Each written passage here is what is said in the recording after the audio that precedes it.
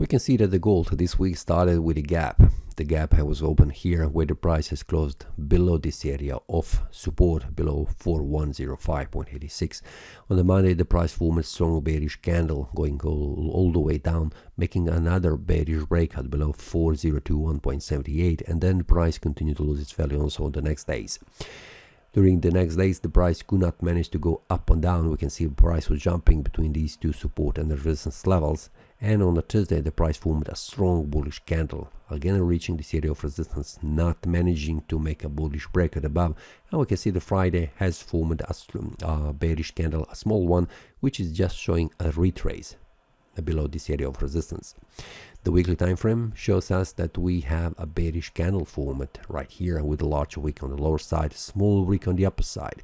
For now, this is no indication for me that the price will continue to lose its value because the weekly candle could not close below this area of support. There is still room that the price recovers and returns back above. So it's very important to watch on the lower time frames how the price behaves, and especially on a Monday, I would like to see how the price will behave around this area of resistance. Inside the premium analysis, I have informed the traders that it's very important for me to see when the price makes a bullish breakout above this area of resistance or bearish breakout below this area of support. These are very important support and resistance levels, which will open space for the price to move in those directions. Above this area, move to here to 4105, or below this area of support to 3875. Which happens first, it will be indication where the price is heading. On the 4-hour time frame, we can see that the price is going down, up, up. Could not manage to make a bullish breakout above this area of resistance and also below this area of support, especially below this area of daily support below 3910.08.